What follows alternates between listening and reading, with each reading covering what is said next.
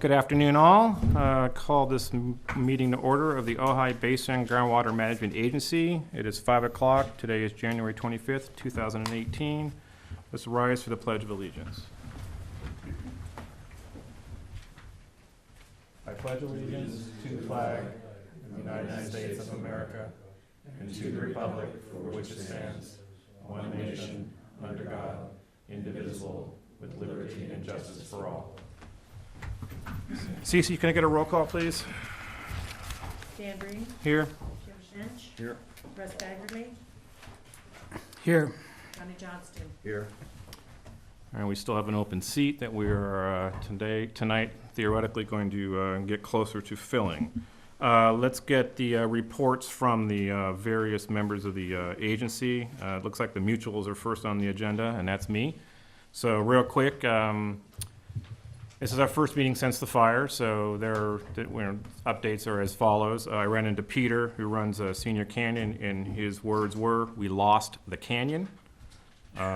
Basically, their water company got burnt down, and they're in the process of trying to figure out getting everything organized. Pipes melted on the ground, meters fried, leaks everywhere, and they had an interesting distribution system to start with. And it's now they're in the process of trying to get things back together.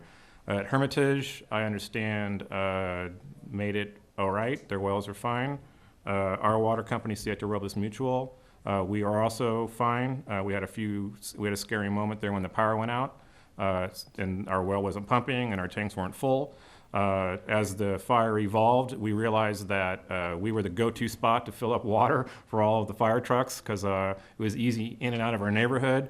Our hydrants were easily accessible. There's no traffic, and we always had water. So we had hundreds of trucks coming through that neighborhood filling up. Happy to have them. So we are fine from all of this, from this fire standpoint, from a water standpoint.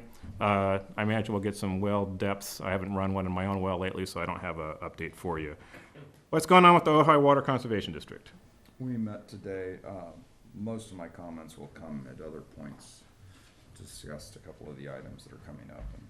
All right, we'll hold on to that down the road. City of Ojai, anything going on with water that has come to the council that you might want to report back to this agency for?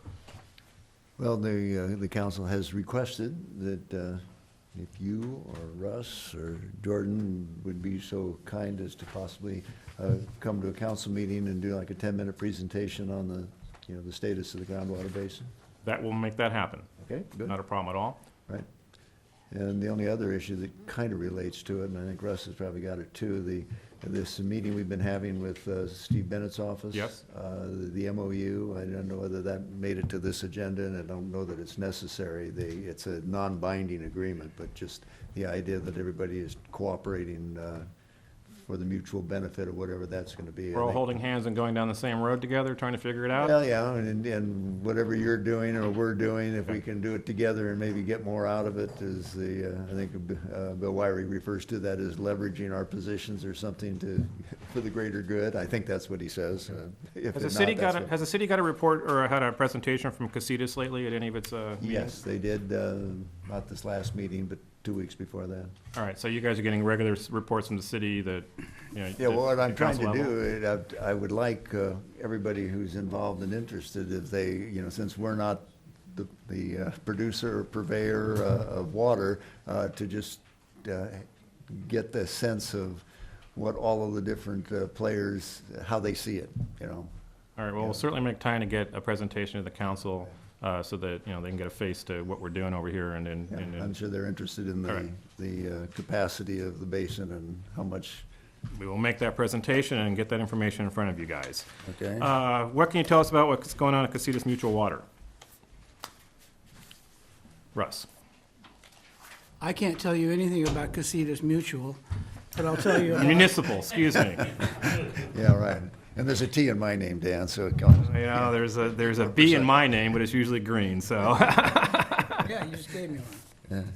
But it's in the agenda anyway. The lake level is currently at 35.2%. It went up, 3 or 4 tenths of a foot, and now it's coming back down. Steve Wickstrom reported to us at Water Resources Committee that we have 6 to 8 months before we reach stage 4. So there's still time, and we still have water.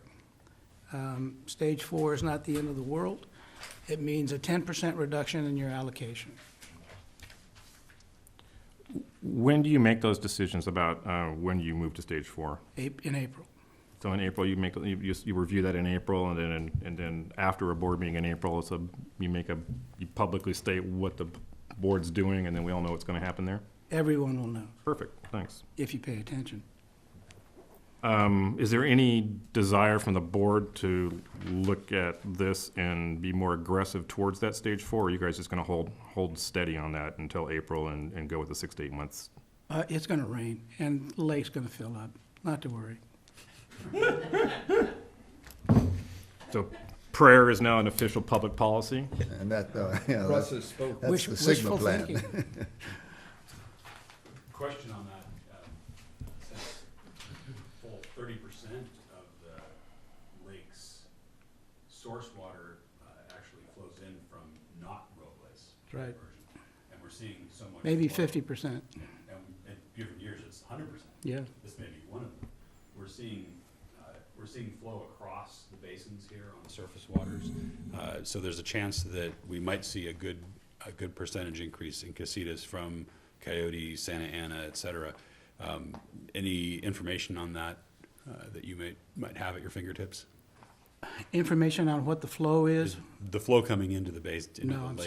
sorry, I don't. Okay. But everyone should know, sitting in this room that lives in the Ojai City area, you're standing on probably 60,000 acre feet of water under your feet. So think of that when you think of what the lake looks like as well. Casitas can optimize the Golden State wells and make sure that we utilize them to the best we can to provide water for your needs. Jordan, talk about the larger basin. I think you have a presentation for us tonight? I do, although I will reserve that for item 7E. All right. Today. Okay. But briefly, we appear to have hit the nadir on December 13th, 2017. At that point, the basin was about 60% full and has recovered since that point, given the data that we have so far. We have yet to quantify that. It's very dynamic time. From the time that I've started this sentence to the time I'll end it, there will be more water there. That's how fast things happen. And it's a part of the dynamicness of this is associated with the denuding of the hillsides of vegetation. So relatively little amounts of rain are resulting in a good amount of runoff. Plus, there's a lot of spring flow that's coalescing in the canyons and streams that are recharging the basin.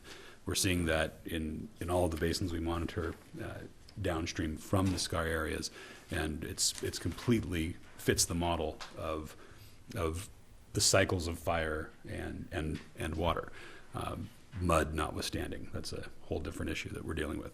But we'll talk more about all of that under 7E. Could you, where is the wetted portion of San Antonio Creek now? Or has anybody had a chance to look? We haven't made an official look, but my understanding is that there has been flow all the way across the basin. So it's continuous from the headwaters effectively to the ocean, and we saw the same thing in the Ventura River today as well. So it's something that it begs the question, wow, where's all this water coming from? You know, typically you need about 12 inches of precipitation before you see those creeks flow, and that has to do with the capacity of the plants in the headwaters to evapotranspire that 12 inches of water before they let it go. Evapotranspire? Yes. Yeah. So the ET, the Okay. amount of water and the process by which plants take up soil moisture and then transpire it to the atmosphere. Yeah. So the idea is that first 12 inches of precipitation finds its way back into the atmosphere via the plants, and then when we get that 13th inch, that's when, okay, now we can let it go. With no plants actively transpiring, that water literally heads south and gets to the basins. So the percolation, what is the interplay between we're all being told that we're gonna have a lot of surface runoff because of the heat and the soil sheeting the water, but that doesn't necessarily affect where it goes and percolates down to the basin? So this is a very, very good point. And what we've seen is that the infiltration rate by which that surface water infiltrates into the subsurface is different under the current conditions, with a higher concentration of plant wax, ash, and some finer grained sediments, as well as debris flow issues and mud with a slower, lower hydraulic conductivity for infiltration. It seems to be infiltrating at a slower rate Yeah. than last year, when it was cold, fresh sand. So we don't have the answers to that on a quantification level yet, but that's something that over time and by hindcasting, we'll be able to take a really good look at what those infiltration rates are today versus last year. Yeah, based on rainfall plus how much. Rainfall, And runoff, Yeah, okay. and the groundwater basin response. So it's a very good question. The short answer is it's slower. It's slower, and we don't know how much slower, but you're saying that there is some offset because the plant transpiration or whatever. Correct. Yeah. Okay. But we're obviously gaining streams because of the evapotranspiration, or the lack of. Lack of ET. Yeah. Yeah.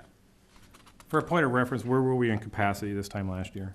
So this time last year, we had yet to have the massive amount of precipitation mid-February.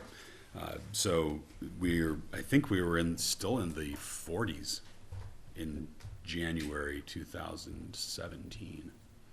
And so we're looking, year over year in net, we're net 20% up theoretically. Yes. All right, thanks. Any other questions about capacity, where we're all at with our water usage? Dan, Yes, I'm sir. sorry, I didn't have a report for you on the Ojai service area. Yeah, actually, I was just handed to me right here. Did Okay, you get yeah, I got that. Yeah. Well, good, I didn't Just so have to that you do know, it. there's the distinction between the lake and the wells is the distinction here.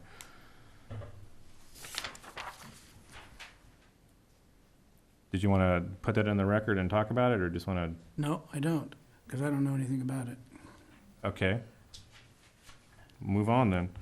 Could Jordan give us the water level at the key well? In the presentation. Yeah, we're going to do a presentation in a second here, and we'll get to all that standard documentation that you would normally would do right now. So any other comments on capacity use, where we're at currently? Moving on to item number 5, public comments. The board will receive comments from the public at this time. Other than for emergency items, no action will be taken during this period.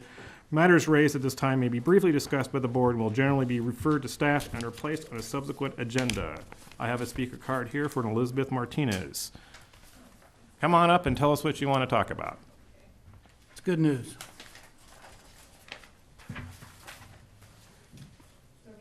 You can stand there, you can come up to the podium. If you come to the podium, you'll be recorded a little easier for everyone to hear you. Just state your name and where you're from and what you know. Okay, great. My name's Elizabeth Martinez, and I'm an environmental planner with the Ventura County Watershed Protection District. So I'm here tonight to present to your board the latest status of the San Antonio Creek Spreading Grounds project. I don't know how familiar you are with it. It's a project that's been in the works for several years. I think I started coming to the board to make quarterly or monthly presentations in about 2010. The project is a groundwater recharge project, and it completed construction in fall of 2014. So the Ventura County Watershed Protection District is partners with several agencies here on the board to have gotten grant funding and implement the project. It was very challenging to permit. It required a water right permit from the state board, as well as your other typical permits from the resource agencies, but we overcame those hurdles. It has been delayed to be operational. And we just overcame that last hurdle on Monday of this week. So I notified Russ and Jordan that we are actually have the green light to operate the project now. So, The actual permit hasn't come in yet, but they said go ahead and use it. well, no, that's not correct. We do have the permits. We actually got the water right permit good. in June of 2012, but it had conditions in it. And one of the conditions was to collect subsequent stream flow monitoring data when we had certain high-level storms. I remember what it was. The official letter didn't Yes. happen because of the government shutdown. That's correct. So what National Marine Fisheries Service wanted to see was they had required us to prepare a adaptive management plan, which was just explaining them what the facility components were and what we had in place to ensure that taking flow out of the stream to recharge the groundwater basin was not going to harm the endangered steelhead trout that may be in the stream.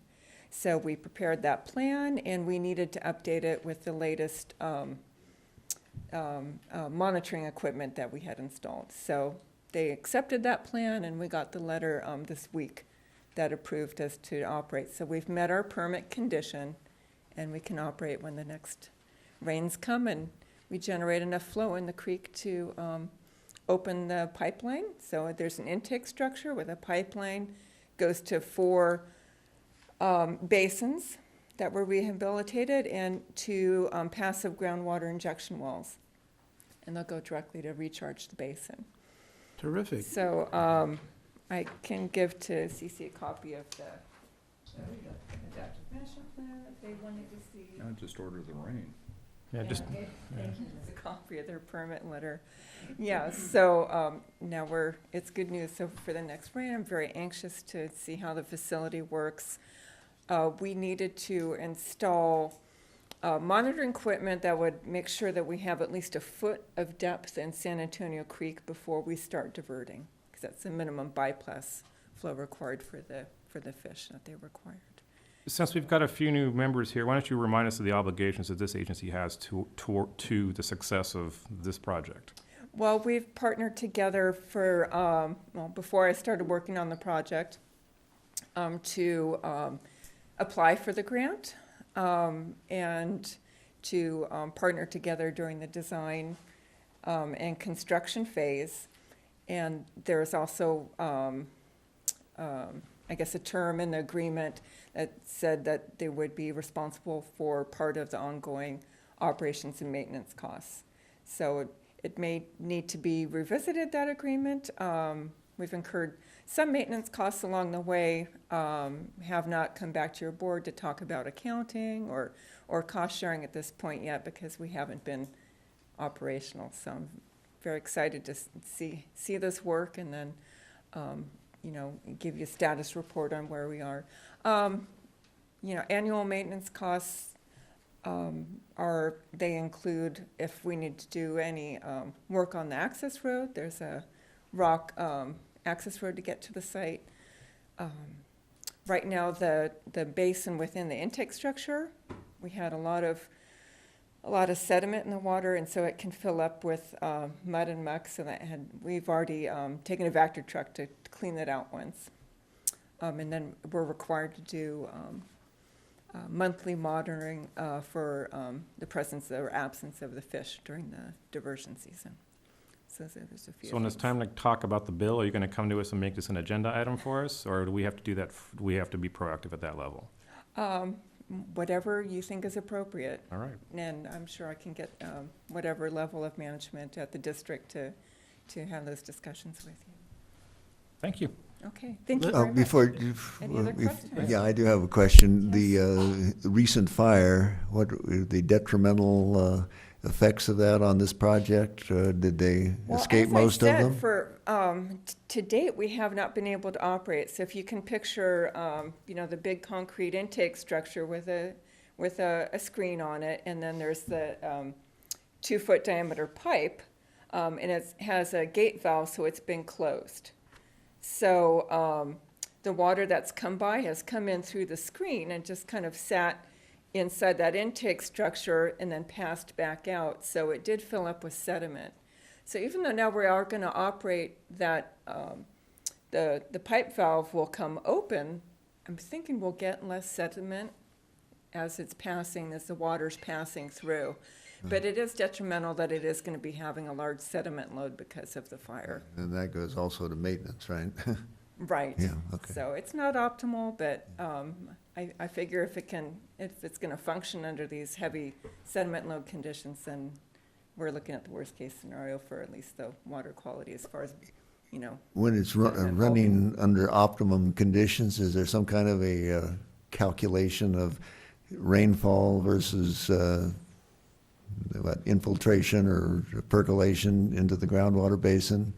Like an acre foot for, Yeah, as the Jordan relation- was saying, usually we have several rains before we'll start seeing the flow in the creek when we can start diverting. So in some respects, this is good conditions that we are getting movement in the creek, so we have the opportunity to capture that. I think probably we'll get some good stream flow during the next rain, because the conditions will still be similar. And Johnny, there is a threshold at the, is it the Grand Street Bridge? Or, There's and maybe Elizabeth you mentioned the 1 foot depth. Yeah. I think Russ is referring to the point of compliance. right, With respect to stream flow. And what we've observed is that the lowest stream flow, the last to wet, first to dry, is at about the Grand Avenue Bridge over San Antonio Creek. And I So think that's where we've the one- installed a permanent stream flow gauge, district gauge 649. And is that where the 1 foot is needed? yes. That is correct. And that's both for NIMS and the city of Ventura. So between the headwaters and the ocean, that's the lowest flow you should see on San Antonio Creek. That's correct. So if fish can pass there, they can make Very it good. That is the Anywhere. way. anywhere. Elizabeth, do you get to take this pile of papers off your desk now and have much more room on your desk? I can put them in a file drawer, but things always stay active. Thank you very much for the news. We Thank you, appreciate appreciate it. that. Thank you for having me. I think that maybe we ought to consider that we have finished a project that is, right in lines with conserving water and putting water back in the groundwater, that we probably ought to get this out in front of the valley and let people know that we're actually doing something and accomplishing a goal, and, we've got this happening, and talk about it so that, perception is reality, and to the extent that they can see us doing things and getting projects done, any information is better than than the lack of it now. so Well, whoever we- presents at city council meeting from the So I will OBGMA be- could well, highlight this. I'd be more than happy to do that, but I think that, to the extent that you have any opportunity to say, hey, look what we did, do it. Well, we used to call it a press release, but now I think it's a thumbs up in the Ojai Valley No, it's News. called a tweet now. Oh, okay. Well, whatever we need to do, I'll get with Cece, and we can get something out on that from a press release standpoint and let everybody know about it. Maybe the paper can pick something up on that. Any other public comments? They're important, so if you got something to say it. Next item. Consent items. I move 6A. Second. Okay, well, the consent item, so that you know, is approving the minutes from October 26, 2017. We had a motion to accept them by Russ and a second by Mr. Johnston. Those in favor say aye. Aye. Opposed? None opposed. The minutes from the meeting of October 26, 2017 are accepted as presented. All right, let's get on to our action items. So the first action item we have on the agenda tonight is the Treasurer's Report, October, November, and December of 2017, our budget spreadsheet, and extracting charges by period. Who would like to give us an overview of these numbers? Or do we just want to review them and ask questions? I don't have any questions about them. Well, if you don't have any questions, I don't have any questions. It's pretty standard stuff. Just a real quick question, where are we in the process, where are we in our money collecting cycle, and from quarter to quarter, or Well, if you see the budget actuals, we got in the spreadsheet. Mm-hmm. We received in October for the fourth quarter, Big number there. July, August, and September, with the increase in the extraction rate of $25. So we received, total receipts of 25,000, and then November some more dwindled in, 8,000, and for a total for that period of 35,000. I'm looking right at it. Does anybody recall, based on our projections, if we hit that, if that was our projected number? Or where are we in relation to the original number or projection on that? Do we know? I went looking for the documents. I couldn't get them in front of me in a timely fashion. Do you have anything on that? I have not gone back and looked at that, but I'll do that and have that for you the next meeting. All right, so, next meeting, let's take a look at what we actually did receive in revenue and then against our projections to see if we're in line and if we need to make it further adjustments down the road and or ask, if we made more money than we did, great. If we less than we had planned, let's figure out why. Dan, Yes, sir. since we just heard that the San Antonio Creek Spreading Grounds project is going to be operational, which means that we just heard about operation and maintenance charges. We're one of the people that will be on the hook for that. Right. I'm wondering whether or not we have in this budget actuals reserves for that.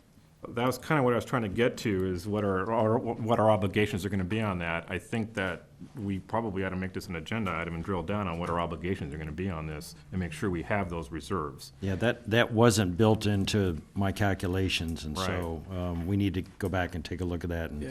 understand what kind of obligation you have financially. All right, so it sounds like we're headed towards having a budget committee to go through these issues, so we'll organize that and do a committee. Elizabeth, who do we talk to about possible charges? Is it Peter? I don't know if it should be our director, or possibly Gerard. Oh, Gerard knows everything. Yeah, we just want to make sure that when that bill's due, that, we're prepared for it. So, I imagine we're gonna have a budget committee. I know we talked about it at the last meeting, we just didn't get it done. Oh, yeah. So you know what I mean. All right. Well, I will get with John and we'll review this and we'll have something to report back at the next meeting. And then, we just sent out the next statements for the October, November, December. So there's a delay in receiving those, Okay. which is called our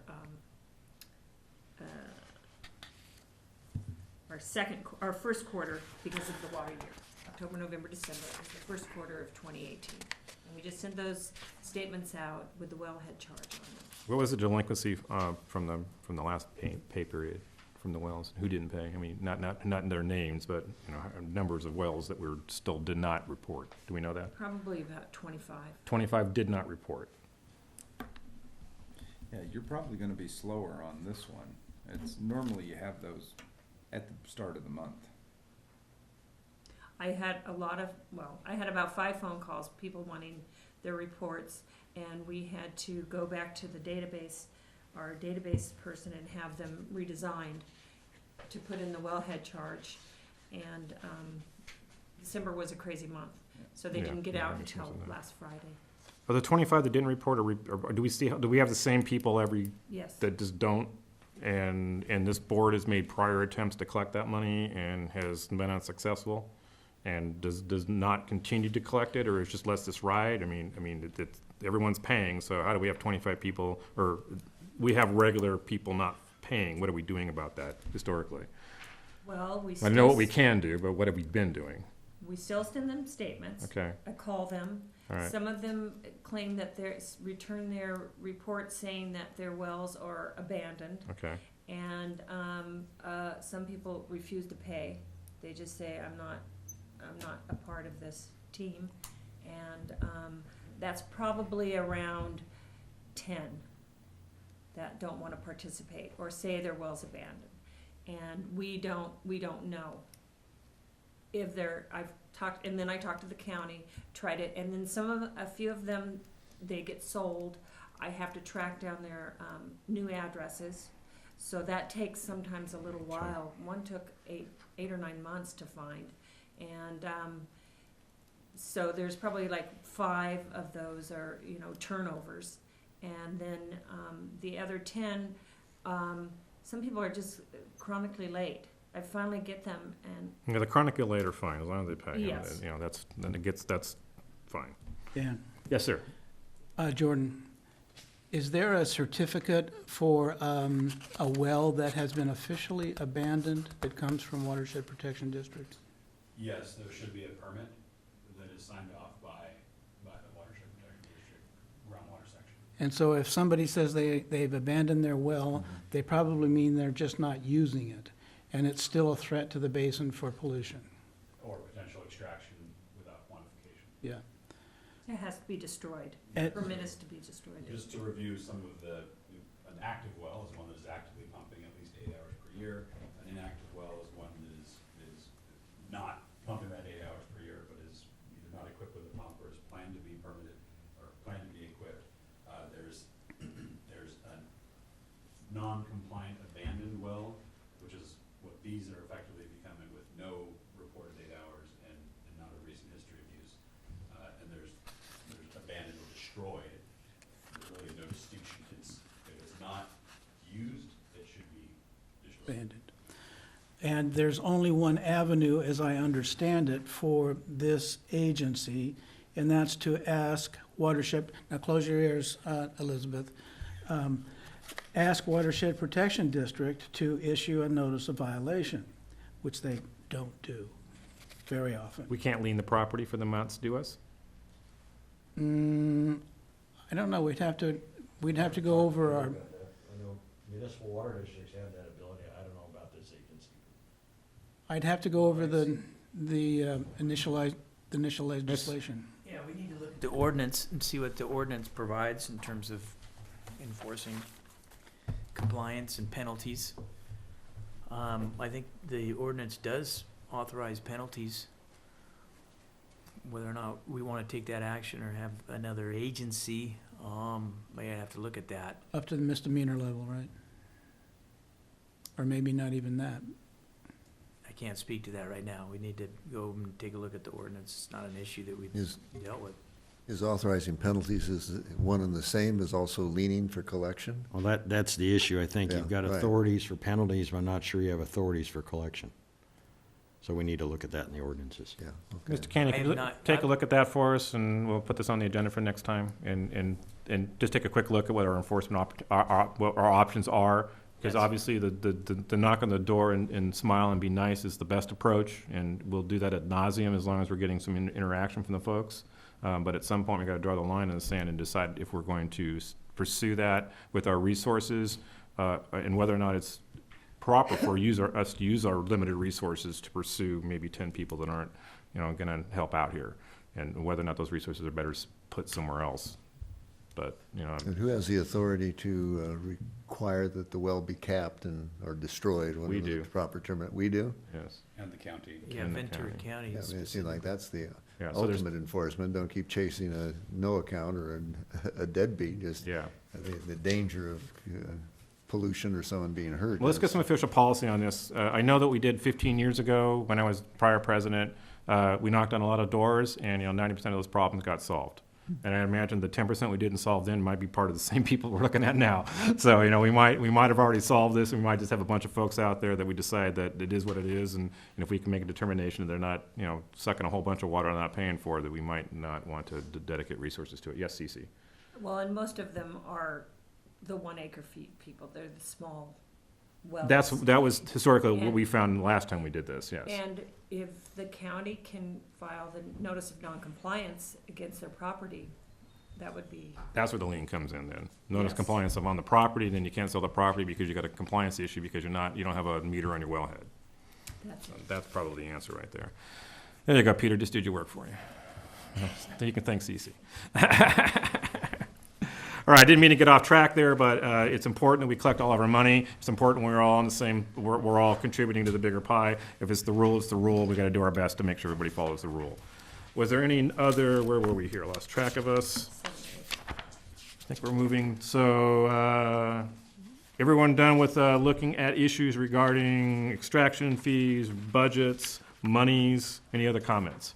You need to make an official, something, for the record for what what you suggested there? Because it sounded like a It's coming up, Larry. suggestion.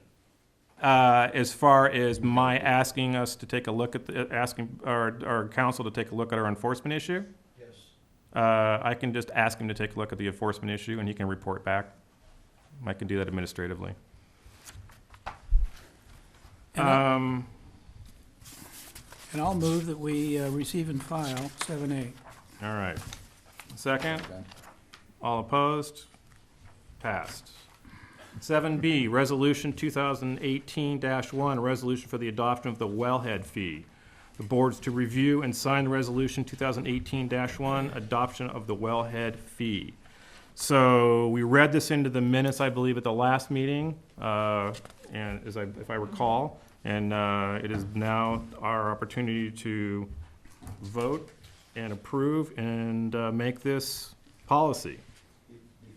Yes, sir. Pardon me, before you do, I think there was a clerical error. Okay, that was the first question I I was thought gonna ask. CC had mentioned that. Where I'm do you not sure. find that?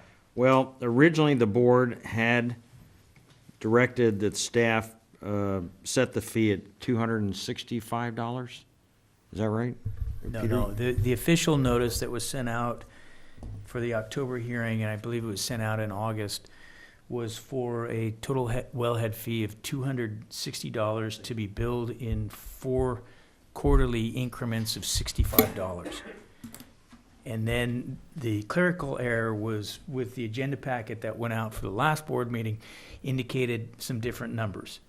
But the official notice that went out on the agency's letterhead, and that has been on the website ever since August, has the correct numbers, and those numbers are reflected in the resolution that's before you for adoption today. So, It's 240 and 60? That's why I wanted to bring it up, because they don't reflect it. So those need to be changed, at least a copy I have. No, I'm looking at Mine's- 7B. It It's- says $260, increments of $65 over 4 quarters in the. Yeah, but if you look at now, therefore be it resolved. Oh, that you are paragraph. correct, sir. The last paragraph? Yeah. So there needs to be a correction there. Well, that's just a typographical Yeah, that's what we're just bringing that up. so the That board's isn't a aware of it. problem for the adoption, it'd just be changed. Right, with the acknowledgement of the the correction on the last paragraph from $240 to $260 and the $60 to $65. Is there any other comments or conversation about this resolution? You want to ask if there's anybody in the public that wants to address it? Anybody want to have a question about this resolution? Anybody? We're all good here? All Okay, right. Rob. CC, roll call Going for a once, vote, going please. twice, so. Do we need a motion to accept? Take a motion? He'll move that we accept, and I second. All right. So that is a first for Mr. Finch, a second for Mr. Baggerly. CC, take a roll call, please. Dan Green, Yes. Jim Finch, Yes. Russ Baggerly, Yes. Johnny Johnston. Yes. The resolution 2018-1 passes without opposition. With the corrections that we adopted, that we commented to $260 and $65, or $65 in the last paragraph of the resolution. All right, what do we got next here? 7C, which I believe is our discussion of Assembly Bill 1794. Just quickly in review, the empty seat that we have down here, this is the Assembly Bill that will be part of our new authorization and will allow us to be a full board of 5 individuals and bring on some more folks. The most important thing here is I want to make sure that everybody has proofed this. The most important changes are found in section 401-5, which run from lines 36 to 39, maybe past 39 into page 4 and extend into line 7 of page 4. Page 4 on top and that page 4 in the bottom right-hand corner. Essentially, these are the individual line items that the board had asked that person who we are looking to appoint to that 5th board seat, the things they can and cannot do, where they can and cannot live, and what their commitments must be to the agency, and what their commitments cannot be to other agencies. Any other thoughts? Have we reviewed these? Is everything there that we discussed?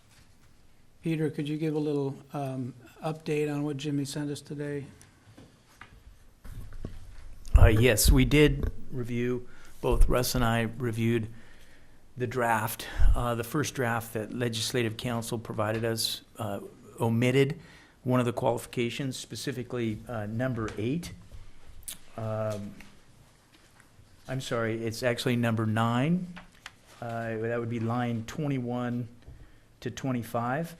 That was omitted from the original draft that we were provided, and we brought that to Legislative Council's attention. They corrected it, sent us a revised draft, and that's what you have in front of you now today. So this has been finalized. It's been docketed, so to speak. It's been assigned to committee, apparently the Assembly Committee on Local Government. It'll go through a committee process. There's going to be a hearing likely in April or May, and we are going to need to send somebody to attend that meeting, that hearing up in Sacramento, to answer any questions that the legislature might have, the committee might have actually, with regard to this. It could easily just remain on their consent agenda. That's our hope.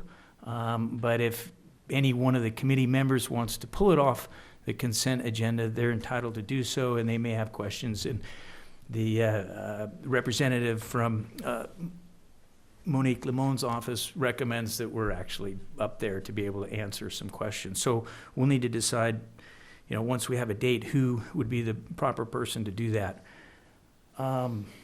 Besides that, it moves out of committee, it goes to the floor of the Assembly votes. If it passes the Assembly, it goes to the Senate, and then it goes through a similar committee process there. Hopefully, if both the Assembly and the Senate approve it, then it goes to the governor's desk. The governor may have some questions. Anyway, we need to be on standby to address any questions that any of these folks have. Fortunately, it's pretty simple and I think straightforward. Nobody's anticipating any problems, and it should go through fine. And currently, there is no opposition. By the way, this is not under subpoena. It's a voluntary. Sorry, I couldn't resist that. There is one thing that the Assembly member's office has asked us to provide, and that is on the board letterhead, a statement that the board supports and sponsors the legislation. They need that to keep moving this through the process. Are we looking at a month, 2 months, 6 months, a year? When do you think this will be law so that we can actually exercise the authority? Let's say hopefully this fall. I mean, if we... Let's hope we're all alive. Yeah. All right. Okay. Okay. Dan, Ojai Water Conservation District voted on this, and it's unanimous support of this from Water Conservation District. Okay, and this board's already approved all of this language, and we've already all voted and approved all of this language. So basically, this is a view-only, FYI only update, right? Yes. Okay. Anybody have any comments about what we're doing here? This has been submitted, this board's approved it, it appears that it's going to become law, and we're going to have the opportunity to fill up that other seat and, get some more voices in the room and some more people to push the ball down the road. Can I get a point of clarification? Sure, sir. Based on what Peter had indicated, the Assembly is going to want to have some kind of document, I'm sure, that shows that you have voted for this and you're supporting the bill and you're the sponsor. So I think we need to put something together related to that, unless it's already done, Peter. Well, nothing has, let me just be clear, the board did approve a letter requesting that this legislation be put forward. That was in October. That was what the board has voted on. What they're asking for now is just simply a letter on OBGMA letterhead stating that the agency is the sponsor of this particular bill, identified as AB, 1794. That's I what make it a needs to motion say. that the agency write a letter that expresses its support for Bill 1794. Well, I'd like to add to that, that we go ahead and, since this is noticed as an action item, let's re-adopt the darn thing. We approve of the language of the legislation. That's my motion. Okay, we have a motion to approve the language as presented. Do I have a second? Second. We have any opposed And to? we will draft a letter to send in. So the motion is we accept the language as approved, and that the agency will draft a letter in support and put it on its letterhead and make it available to the legislature. Amen. We have a first by Mr. Bagley, a second by Mr. Finch. Any opposed? All right, passed. So that's what we'll do. Shouldn't we vote on these things? We Uh, never get allowing the ayes. It's only the nays. Actually, yes. CC, roll call vote, No, please. it is true, Dan. The Brown Roll call Act- vote, please, CC. The You're Brown absolutely Act right. has changed. Jim Finch, Yes. Dan Breen. Yes. Russ Baggerly, Yes. Johnny Johnston. Well, yes. Living in the land of negative for so Fast. long, it's just like, stay away. Cece, in the future, Dan should go last in case he has to break a tie. Yeah, Oh, okay. yeah, good point, since there's only 4 of us and we might tie someday. Ah, yes. Okay, not to be so informal about this, but, when we get through all this process, we're gonna make sure we're doing it all right. Anybody have any other comments about agenda item 7C, Assembly Bill number 1794? Okay, next agenda item. California Water Bond 2018. So, it looks like we've got a Mateo Crow here to talk to us about agenda item 7D. So why don't we have you come up, talk to us about what we're looking at here, what you'd like the agency, what you want from the agency, and what we can get out of you. All right. Do you guys have any handouts on this? Or I can We provide? have an agenda, in our agenda, we have your letter dated November 15th, 2017. We have a spreadsheet, or a couple of columns with sources and supplies in acre feet. All right. And we have a short summary of the major programs in Water Supply and Water Quality Bond Act of 2018, part of the agenda. Cool. Sounds good. All right. Thanks for having me here. My name is Mateo Crow, and I'm working on the California Water Bond, which is a water bond, essentially a follow-on for Prop 1. So for the audience and for everyone, Prop 1 was the 2014 water bond. There's still projects being funded by it. This year, there's actually procurement for the surface storage projects. This is essentially the next water bond.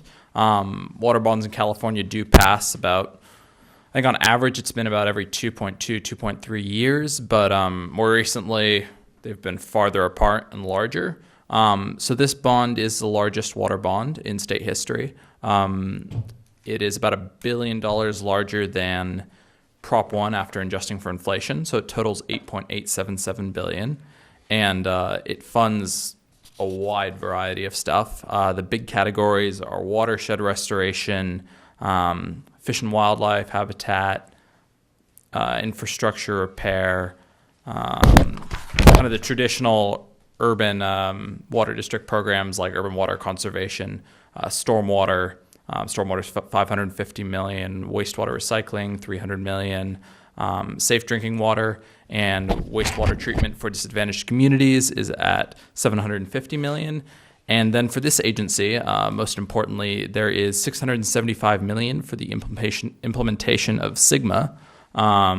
So that can be groundwater recharge and storage projects. Listening to what was on the agenda earlier made me think of that. So recharge, storage, groundwater rights acquisitions, and then generally the implementation of GSPs and the strategies which are due in 2020. And so beyond that funding, there's also, and I'm not as aware of the management agency's kind of practices, but there's also $400 million for groundwater desalination, which I know is quite large down in kind of coastal Ventura County. So those are kind of the major funds.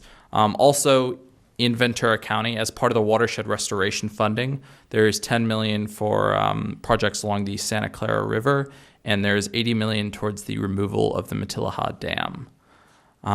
So that money would go to the Coastal Conservancy for the Mintillaha Dam, and there's I think several coalitions down here working towards that.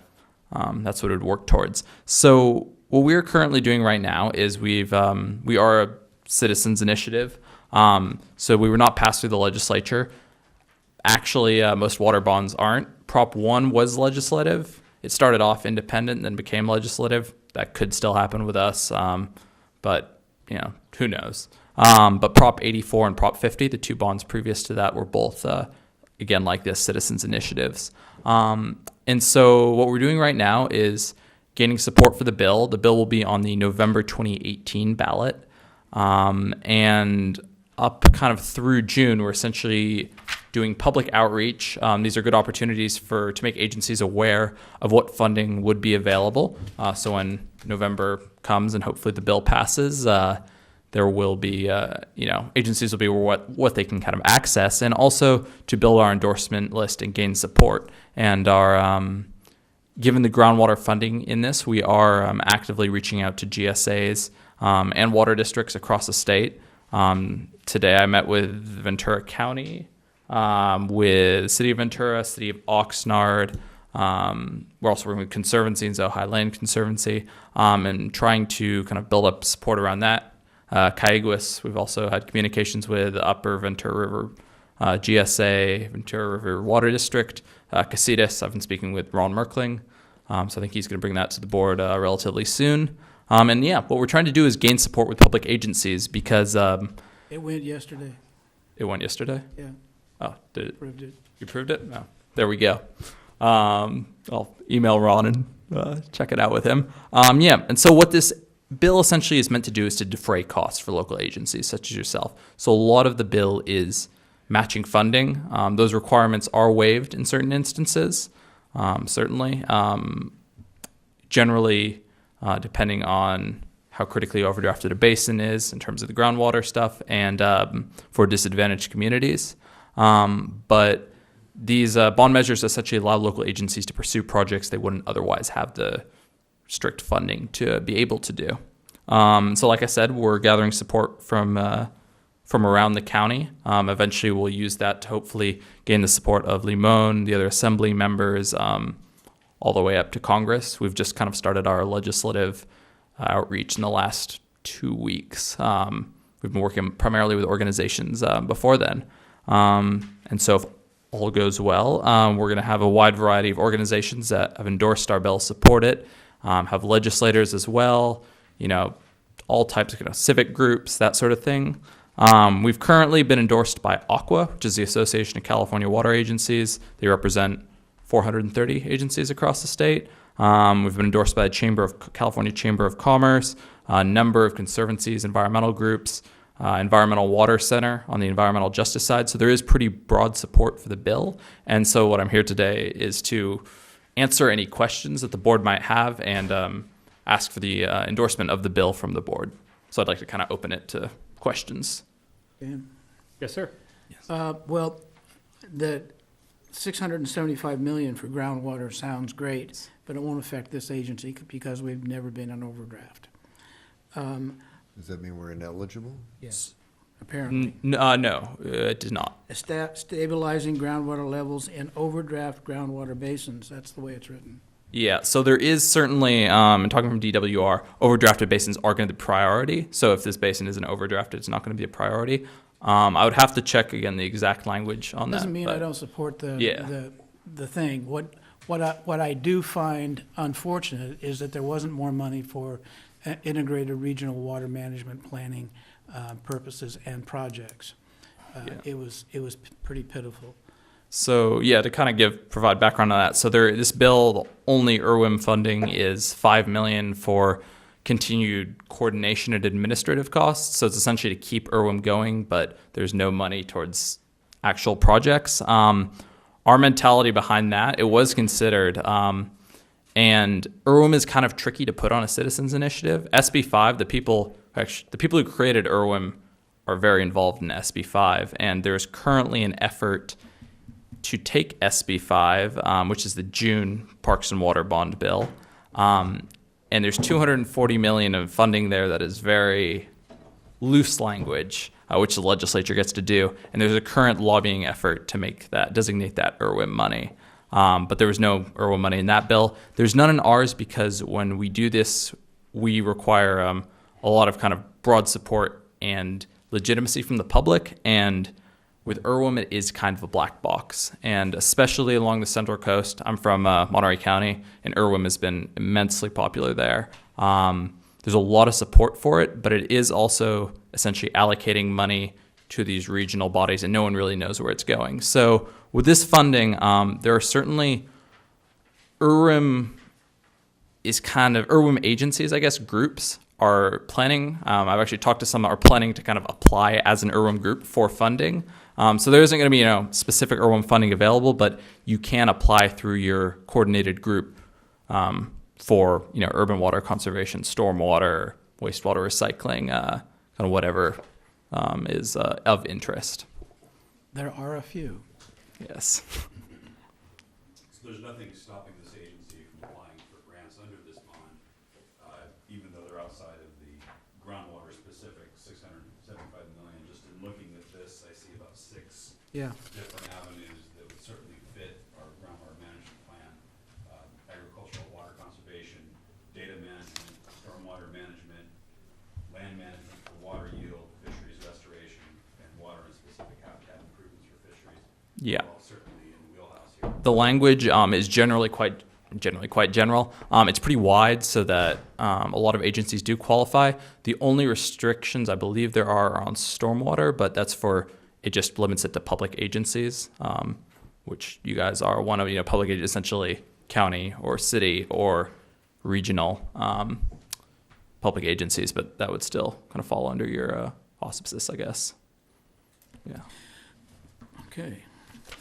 And what are you looking for us from tonight? Tonight, depending on this, I guess goes back to your lawyer. Consideration, or I guess a resolution of endorsement of the bond. So we can list essentially Ojai Groundwater Management Agency as a public endorser. So we can maintain an endorsement list. People on these bills, there's a lot of bandwagoning. The bigger the list, the more people come in. It's kind of exponential. And so add you to that public supporter list would be what an endorsement would be. There'd be no financial anything. Need a letter on letterhead? Frankly, an email with saying that this agency from Fine. the respectable That's what I person wanna would know. be sufficient. We had set the agenda up such that if the board was so inclined, direct staff to support a support letter, and then have the board president sign it. I would not be comfortable today until I do a little more research. I mean, I grant you, it's great. It's just bond money, but the last bond money is still sitting out there heavily from one. Yeah, and if I could actually so address that. So Prop 1, the last bond money, Yeah. there's been a lot of feedback of there's a lot of money still out there. Why is there a lot of money? There actually isn't a ton left. What's left is $2.7 billion for surface water storage projects. Billion or million? Billion. So a lot of money. There are 11 projects currently applying for it. So there was special language in Prop 1 that said these funds couldn't be allocated. They put essentially a locking period. And so they couldn't be allocated until this year. So they're actually going through the procurement right now. If you search water bond, you don't get our water bond. You get, all these different dam and reservoir projects applying for it. But outside of that specific funding, the vast majority of Prop 1 has been allocated. How much that money has been spent, you're right, is pretty minimal. Pretty minimal. But I think that's pretty, shows just how long it takes and why it's kind of important to pass these bond bills, because DWR is not the most efficient agency the world's ever known. Could say that again. But does it sunset or anything if the money's not spent within a certain period of time, or does this just keep adding to the authority to issue more and more bonds? So what bonds sometimes can do, this one does not, but Prop 1 did it, I believe. Was it reallocated like 20, pretty small amount, I think 20 million or 25 million from Prop 84, and essentially pulled it into the bond, and they wrote that in the legal language. This doesn't, because it's expected that a lot of Prop 1's money is still yet to be spent, but bond measures can do that. They can kind of snag leftover unspent money and But is there anything that says use it or lose it, where, if they don't do it by a certain time, then that goes away and you come up with new legislation? No, I don't think they've ever kind of reached that eventuality. They won't lose the opportunity to add to Yeah. the debt in California. Yeah. That's right. Sorry, Mateo, Yes. who's going to administer this bond, DWR or the state board? A number of different groups. So different categories. You have the kind of the short summary. On our, I'm sorry, I don't actually have a copy here. On our website, we have an Excel sheet which has each funding category and it has the agency it goes to. So off the top of my head, DWR receives significant funding. I think Resource Control Board does as well. Coastal Conservancy, like Mintillaha Dam funds, that's Coastal Conservancy. A little bit for Department of Conservation, part of the, I believe, the land management money. Wildlife Conservation Board, I guess 400 million. Fish and Wildlife, most of the fish money is, I believe, going there. So it's a number of state agencies, and the only thing below the state agencies is there's a few regional agencies that are technically part of the state, but they operate on a regional level. So it's a lot different than the propositions that we've had before. 50, 84, 1. Let's see, it started out being DWR, then State Board took over 1. I don't remember which. It's hard to keep up Yeah, with it all gets of them. confusing. No, this one is there's, maybe a dozen agencies, I think, that receive funding. And as I understand it, then each one of those agencies has different requirements for whether or not they charge a match. That is correct to a certain extent. So you're right. So the way we're doing, or not we don't actually get to do the allocation of grants. That's done by the agency. And for the most part, that agency uses their own methods, I guess, standards for giving out grant money. There are some standards in our bill in that certain funds, not all of them, but there's matching fund requirements of 50% for a lot of the funds in the bill, which are typically waived or lessened for areas that significantly benefit disadvantaged communities. So that's really the only restrictions we put on that. I don't think we'd qualify for that. I don't think, I was actually looking at a map, and I think there's some, but not a large enough for grant purposes. There's only 2 or 3 or 4 maybe in Ventura County, and it's not up here. Yeah, no, most are over to the south. Looks like we have at least one board member, including myself, that wants to take a look at this and get Absolutely. up to speed on this before we put our name next to it. So I'm going to push this to the next meeting, and then we'll go back and review it then if that's. Sounds perfect. I just wanted to be here to answer questions. No, I since really won't for appreciate next it. time. Look, any time that there's money going to be available, this is the type of agency that needs to look at it and get better at figuring out how to get a hold of it. Right, yeah. And that's, Russ is really, I count on Russ to talk about these kinds of issues because he's got a lot of history in that. So I am confident that when that perfect one comes in front of us, he'll be jumping on the table saying, we want that one. And, that's kind of how, that's from an education standpoint, that's where I'm relying a little bit of my resources to relying on him to give us that answer. Of course, to that, yeah. so. And I'd like to invite the board, if they have any questions, John has my email to right. please let me know. Appreciate it. Thank you for your time. Appreciate your time. Thank you very much. Any other comments on item 7D? That puts us to, excuse me here, get back to where we were, to item 7E, which is the groundwater management program. The board's going to review the draft plan and authorize opening a noticed public comment period. I believe that is you, Mr. Kerr. Thank you very much. Now, as many of you know, we've been dealing with evacuations and impassable roads, which has really limited our capacity to meet as an ad hoc committee to finalize the groundwater management plan to the point that it is ready for the board to review. So unfortunately, we have to request another month for this. So we would need to table that portion of this discussion to the February meeting. I'm sorry, I drifted away there for a minute. Try me again on that? Okay. We couldn't get together because continuation. 101 was closed. All right. Mandatory evacuations, mud at my house, all the good stuff. All right. Goes along with That explains it all, thank you. living in a tectonically active watershed. But That being said, we're Another word for me alive, to look up when I get home. standing, house is okay. We're grateful. But we would like to take this opportunity to really highlight some of the select action items from the OBGMA 2018 Groundwater Management Plan update. And really, as a way of background, it's the 2007 Groundwater Management Plan update that had in it provisions and abstracts of projects which became the local groundwater assistance grant funded groundwater model of the basin, which became the Prop 50 funded San Antonio Creek Spreading Grounds Rehabilitation Project. We put these projects into the plan such that we can then take action either with private or the OBGMA funds or grant money to make things happen.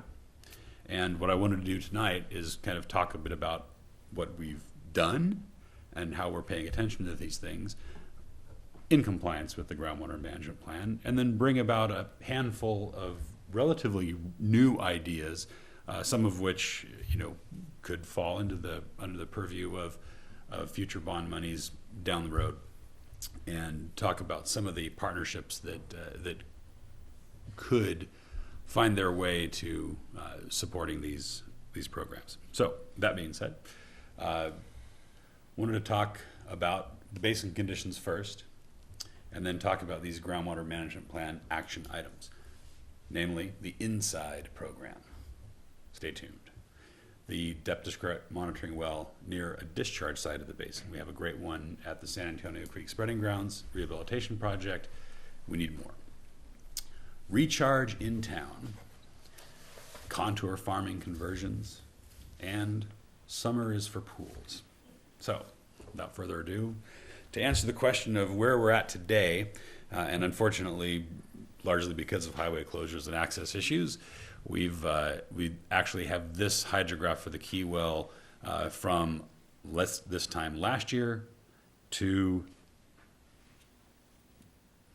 the 21st of December.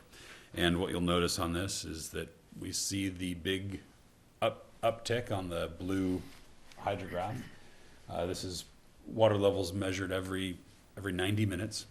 You can see where the pumping is of this particular well and how it reached its peak in June and then has come back down. It appears to have hit the nadir, as I mentioned earlier tonight, on the 13th of December. That well is right in the middle of the basin, so we call it the Key Well. The red line is temperature, which really seems to respond to some degree to recharge, but then on a more muted frequency, the actual pumping of the water from this particular active well. Where does that put us on the long-term hydrograph? On the 13th of December, at that nadir, we were at 190 feet. A slight downtick from the 164-foot high on June 5th. But as you can see, we're still well ahead of where we were for much of the period prior to 2016, 15, 14, 13. Jordan, did you say 190? Yes. Yes. Let me go back. Let's see. Yeah, 190 feet.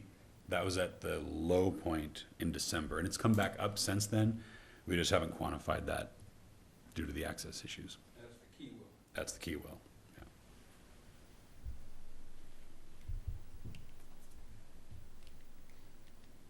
Yeah. Okay, so back to some of the highlights of the forthcoming groundwater management plan. If you've been around me for a while, you know we kind of like finding cool acronyms. Funding agencies tend to like them too. We like this one. It's called the INSIDE program. INSIDE is a semi-acronym for Invasive Species Identification and Eradication. I like it. The big ones, this fellow, arundo. These guys, eucalyptus, and the fan palms. Now, as we've talked about a little bit before, much of these were taken care of by St. Thomas. It's, as intense as it was, there are a lot of benefits to fire, especially in the hydrosphere, so to speak, mostly dealing with the reduction in evapotranspiration. And it's important to do what we can because we don't want to count on or rely on fire to do this work for us. So part of the inside program would be to identify where these are, work with other agencies that are actively targeting and removing these vegetations that are taking our water and putting it back in the atmosphere. And as beautiful as palms and arundo and eucalyptus are, they're not native. They've got issues. They're taking up water that's, thwarting out native species, both flora and fauna. The depth discrete monitoring well that's up near the spreading grounds monitors 5 different zones. And we've noticed over monitoring of the discharge of San Antonio Creek from this basin and comparing that to water levels over periods of time and how that's changed in response to precipitation, recharge, and discharge, that there is the disconnect between the deep pumping water aquifers in this basin and those which tend to feed San Antonio Creek. So what we'd like to do is add the depth discrete monitoring well near the lower portion of the basin, near the discharge side, to demonstrate that the water levels are indeed bifurcated and that they are responding differently and have completely different looking hydrographs on the short term. And this is something that we outline in the groundwater management plan using the SASGRIP DDMW as a model. We're thinking that this could be added near the lower portion of the basin, such as the Hanson Yard. They'd be happy to drill a well on their own property for it. It's in a pretty decent spot. There are also many city facilities that have an overlying footprint to good target areas for a depth discrete monitoring well. And that's one way that city, OBGMA, and other agencies can work together on projects like this. The idea is that it's intended to detail the stratified aquifer responses to precipitation, pumping, and discharge. Recharge in town. Now, there's quite a few areas where this is done really all over the world, and many of them start with pretty pictures like what you see on the bottom. But the idea is that if the concept of the bifurcated stratified aquifers, one feeding the people, one feeding the fish, establishes over time, we can find a way to provide and direct some recharge to those shallow aquifers that feed the fish. Most of these are within the city on the south and west side of the Ojai Basin. So what this does, and again, partnering with the city and other agencies, Recharge in Town would provide shallow aquifer recharge, really with a target for stream flow exfiltration, that is keeping water in San Antonio Creek when it's not going to be there under current conditions, because the runoff is more rapid and as we're seeing these days, very flashy.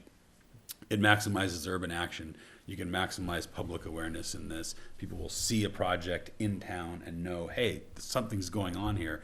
We're putting water back into the basin, not so much for the farmers on the east end or even the city use, municipal use or industrial use. This is almost exclusively an environmental project.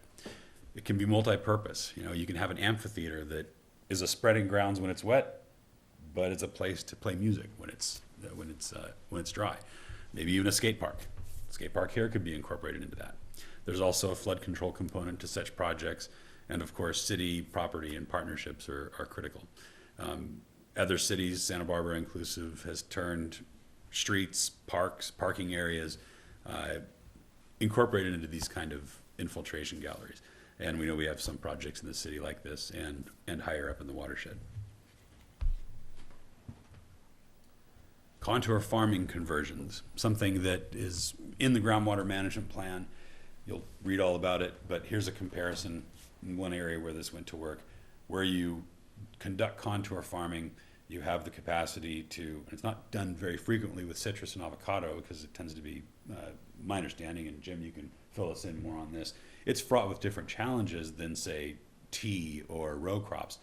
But there are examples of this where on the right-hand side of this graphic, you have sort of a traditional north-south grid of planting, and on the left, you have the rows of trees planted along contour. The idea being that when rain comes, it slows down and spreads and sinks. Sound familiar? Slow it, spread it, sink it. We've heard that quite a bit. When you have the contour farming practices in place, those rills can actually act as little dams and force recharge downward.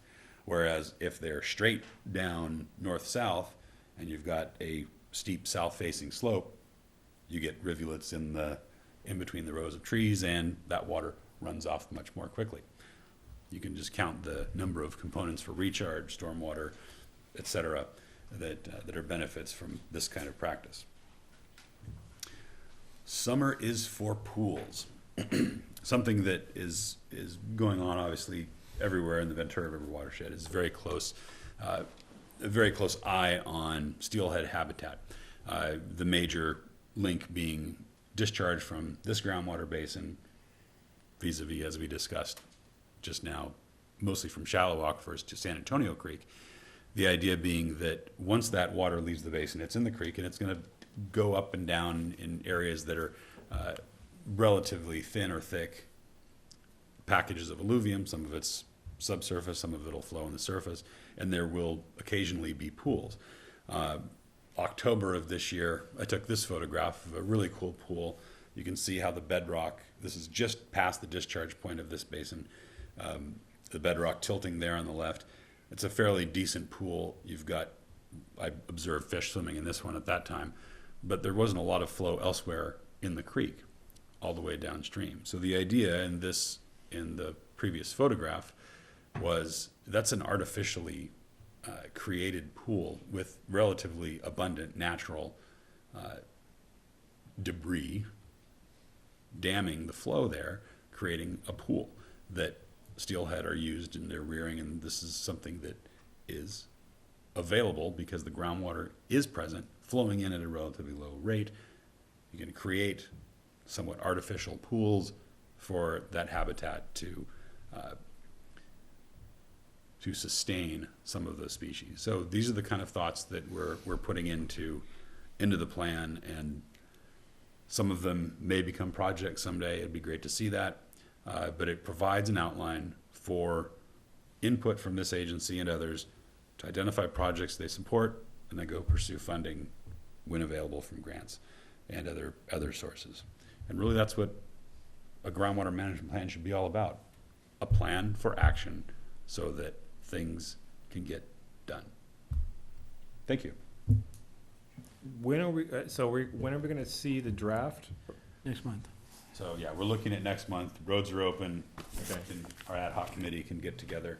And I think you've seen, we've discussed it to We've some discussed degree. it, yes, so I just want to, So we'll update that and next month. all right, and then what's the process then? We look at a draft, and then what happens after that? We notice it for public review and comment with a specific time period to receive the comments. And when we receive the comments, we respond to them, and then we finalize our plan at another meeting. All right, so sometime in the next 2 to 3 meetings, this is going to be a wrapped-up process? Is that what we're Yes. kind of looking at here? All right, just trying to get some idea. I got a lot of people a lot of folks ask, and, at the end of the day, they just want an answer, and if we have an answer, they're comfortable with the answer. When we say we don't know, it's always a problem. But, as long as we can tell them what we're doing, that helps out a lot. Any comments about the presentation that was made? Any, where we're at right now? I got one way back in the back there. Go ahead. Bill Wyrick, one of the members of the council. Actually, I'm the alternate on this tour too, but a couple comments. First on inside. I think that we need to kind of get more aggressive on some of the regulatory ambiguities that have blocked previous efforts for the removal of invasive species. One, I think, primary example, which the Watershed Council is very aware of, is when they get grants for eradication, individual property owners can opt out, can have veto power, can basically say, yes, I have an invasive species on the stream bed that is part of my property and it's doing a lot of harm to the environment, but I don't care. I can keep you from removing the invasive species. And of course, the nature of Arundo is that if you don't remove it upstream, you're basically imposing an external cost on everybody downstream, even if they want to act responsibly. So I think there really needs to be some thought to how to handle that particular regulatory aspect, maybe by having the fire department declare it a combustible vegetation, and you basically go to a landowner when the grants are available, say for eradication, say, this is going to be your responsibility if you don't let us do it. Something along those lines. The other thing is that I think that given the cost relationship, especially on public land and rights-of-ways between pruning and maintenance of, say, blue gum eucalyptus versus the cost of just removal, maybe there ought to be some policy guidelines where when it comes time for pruning, for safety, utility, rights-of-way and everything like that, you say, well, no, we're not going to prune it, we're going to remove it. Not a lot of difference in cost. And I think there's ways that we can think differently about in terms of implementing the inside program with those kinds of points. And then the other aspect, I think, on the recharge in town is I've always wondered about the feasibility of integrating the city's hardscape and potential for capture and recharge with the Ventura County Flood Control District.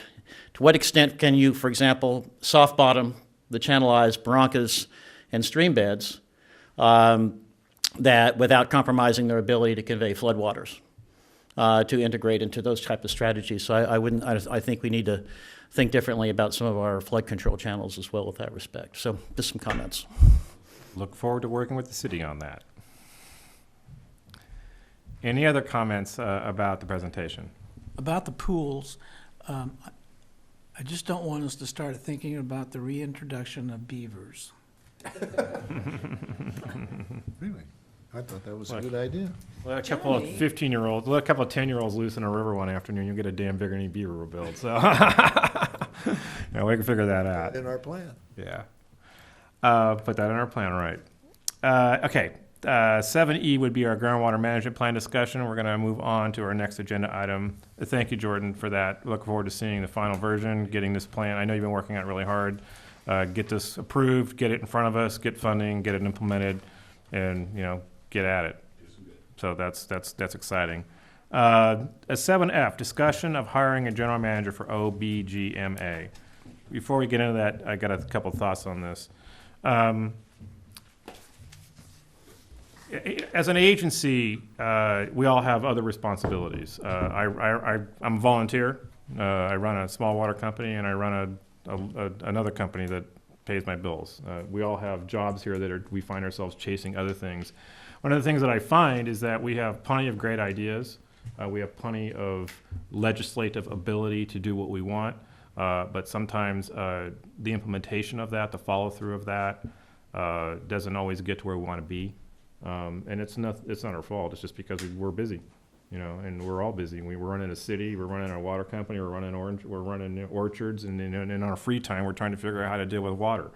And so I think it's appropriate for us to start having discussions to see if we can staff ourselves at appropriate level so that when we have a water management plan, that we can have discussions as a board and know that without me having to take a Wednesday in the middle of the day, which I have no problem doing, but to the extent that I don't have to, I would prefer somebody else, some of the staff, if we could get staff to do some of these follow-up items. We're without rain, we're gonna have a lot going on, and let's just assume that we're gonna have a lot going on.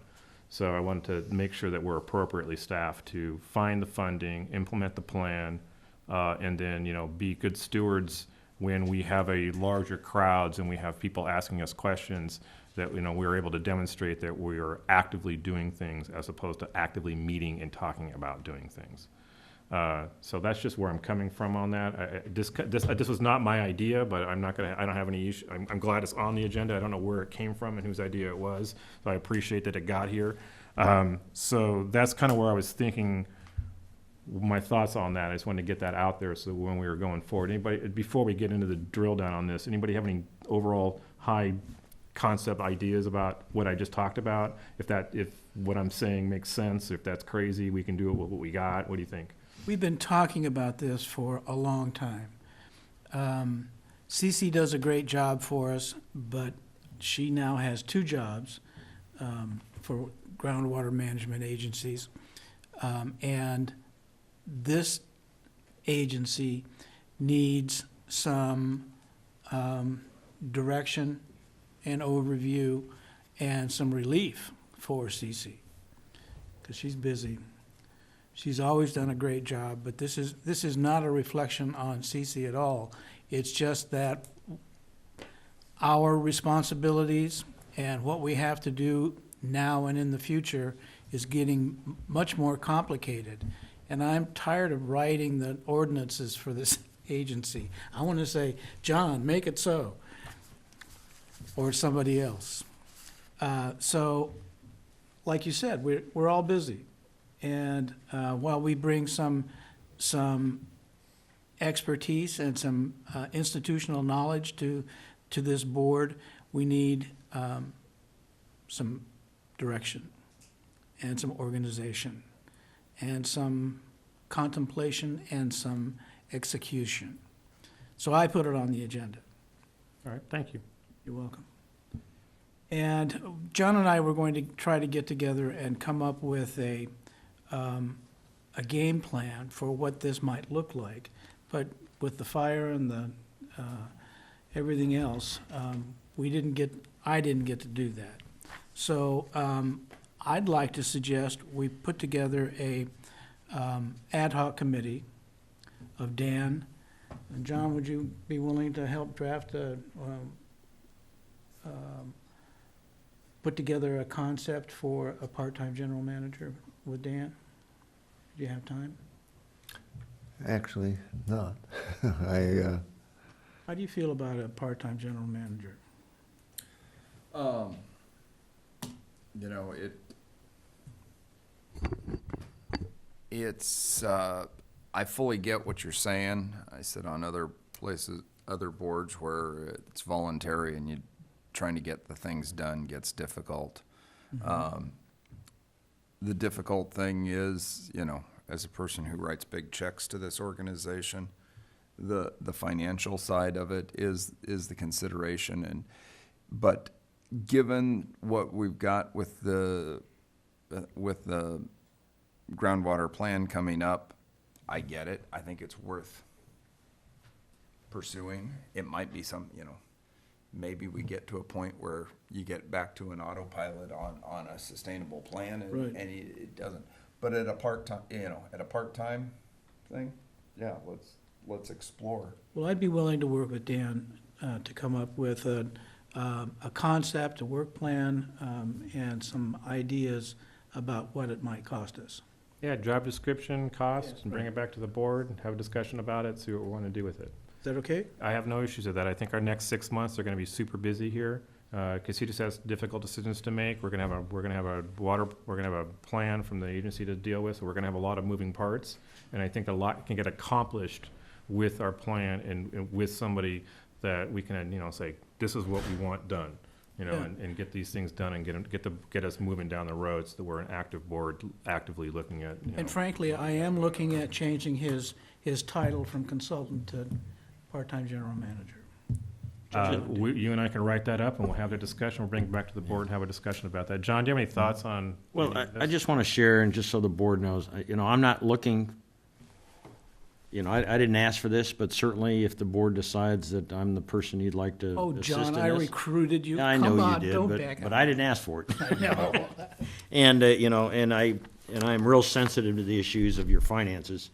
And so, you know, there's a lot of work I do that you get at no additional cost. I'm sure Jordan does some of that, and Peter and others, but, yeah, I certainly could work with the board members and give you some ideas, and even if you don't point your finger toward me, I can certainly give you some assistance on general manager job descriptions and work plans and those kind of things. All right, well, So it's your prerogative to set up the Oh. ad hoc committee. we'll reach out and we'll make that happen then. So, a motion to have an ad hoc committee to review the issue of having a part-time, we calling him a part-time general manager, or what was the word you just used there? Part-time general Part-time manager. general manager, write up a proposal for a job description, a budget for it, bring it back to the board for an open discussion and decision by the board whether or not we want to adopt a part-time water manager.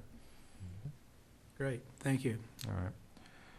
In following up, that's super important. If we can't get some help, then we need to make other decisions about what we are and aren't going to be able to accomplish. So I'm glad that we're having that. We can see that we need that help. Any thoughts on that? Any other volunteers that want to join in there and work for free? All right. Well, we'll figure out how we can bring somebody in here and pay him a check then. Do we have any? That ends our normal action items that are on the agenda. Item 8 would be committee reports. I don't think we have any committee reports that I'm aware of. No. None that I'm aware of. Other than I'm going to make a effort to make a presentation to the city council. I'll be available. We can talk about whatever. Whatever we want. I'll bring the dog and pony show, and we'll tell you what we're doing. I also probably at some point should make some time to sit down with Russ at the Casitas board level, just for my own personal education curve, and see what's going on down there, and so I can catch up to a couple of individual items that I feel like I'm not up to speed on where I need to be right now. Sure. And so those are important to me. Look, we all understand that this agency is in charge of figuring out what we do when we have water, what we do when we don't have water, and what we do in between those two decisions. Right now, our biggest decision and our biggest forward-looking thought is, are we going to get rain or not? And at the end of the day, this agency, in many ways, is going to be reacting to what Casitas does in some respects. Because you guys you're going to make that decision in April as to where your lake is in relation to what stage drought we are in, and at that point, this conjunctive use concept of how groundwater is used is going to be terribly important. If we have something that we are going to be focusing on at this level at this agency, it is there. What happens when Casitas is at X%? And it is clear that we are going to have a larger use of the groundwater in a conjunctive use way. Exactly what that means, what that looks like, who gets water, who doesn't. Well, we all get water. This is a function of how much water you get, who is in stage 4 and who's not in stage 4 at that point. So those are issues that I'm going to start pushing for answers for. I think that we're going to get a lot of those answers from the plan that we're looking at from Jordan. So I think that I'll have some of those answers there. And I know those answers are out there, but we just need to get them in front of us. And then when the best case comes along, we can pat ourselves on the back and say we were prepared. So let's be prepared for the worst. And when the worst does not happen, let's pat ourselves on the back and know that we were prepared for something that hopefully will not happen. Yes, sir. Well, let me just say a little bit about something you just said, and that was the conjunctive use concept. Traditionally, Golden State bought about 30% of their water from Casitas. And we're beginning to understand that the reason they did that was because they weren't taking care of their own system. Now that Casitas is in charge. Just figure that out? Well, no, we're saying it out loud now. Okay. And so now that we're fixing up the system, we are in the middle of having an assessment provided to us for the entire system and what we need to prioritize to get it fixed. And one of the things that we're seriously looking at is optimization of those wells in our field now, and how we can better utilize that in the basin without having to buy more water and pump it through 7 zones to everybody that could get groundwater instead. All right, so where are you guys in this process? I mean, from a conjunctive use standpoint, that is your backup source. And where are you in the process of developing those wells so that they're ready? Well, if we could get the Forest Service to give us a permit to put in the data loggers for our horizontal bore, we would be a lot further along, but they seem to be stonewalling us. I'm talking about the wells on Grant. Isn't that, we're talking about the development of the wells you currently have, not looking for That's future more right, water. but the other half of it is the horizontal bore and maybe a well in the cold water formation, close to the area along the canal where the siphon goes underground.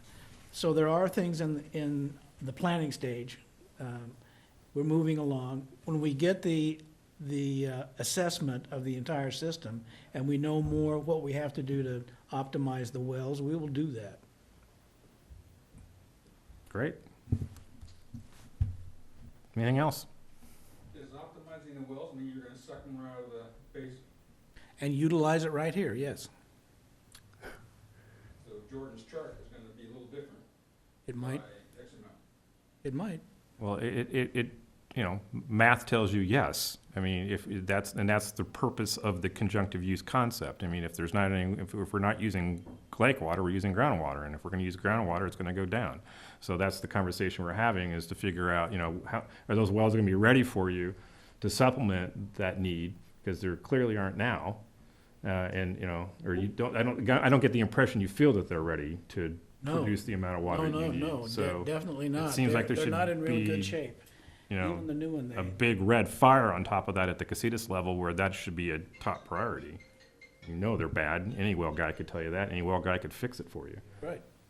Working on it. All right. Right, but just as the gentleman in the audience points out, that if the wells start working very efficiently, more water is drawn from the groundwater basin, correct? That is a correct statement, and ultimately it becomes a function of use and where we're at and which stage drought we're at. Well, it also depends on where you're going to be drawing the water from.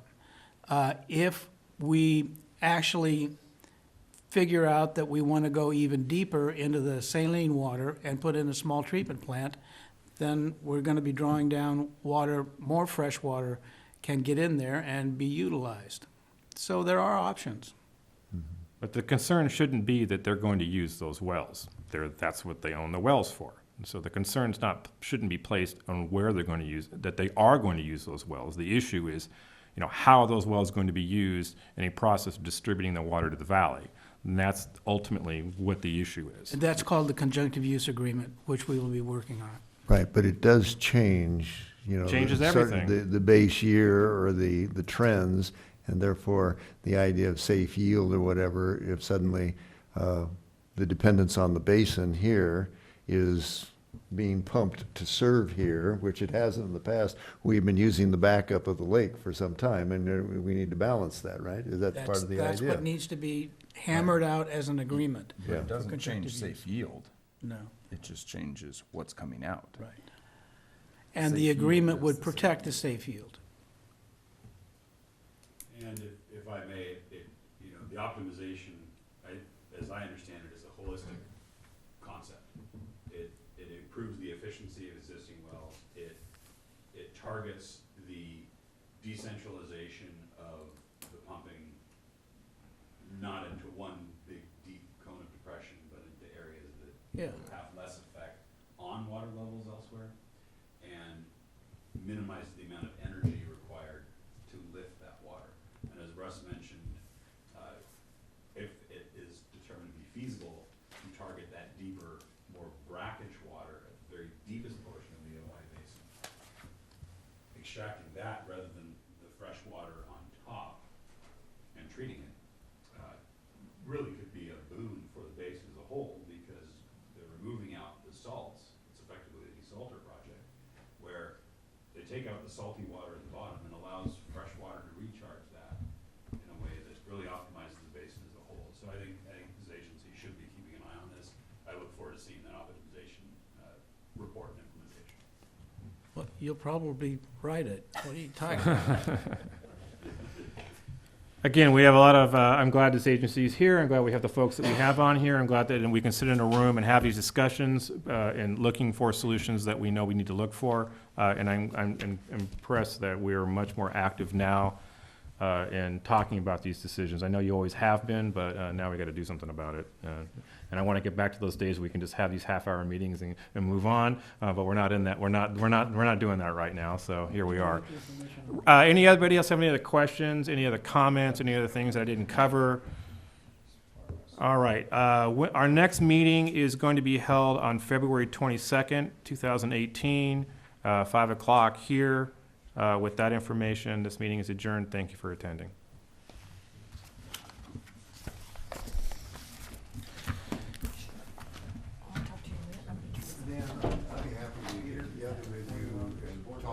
No, Russ and I can bang out a description. I appreciate your, oh.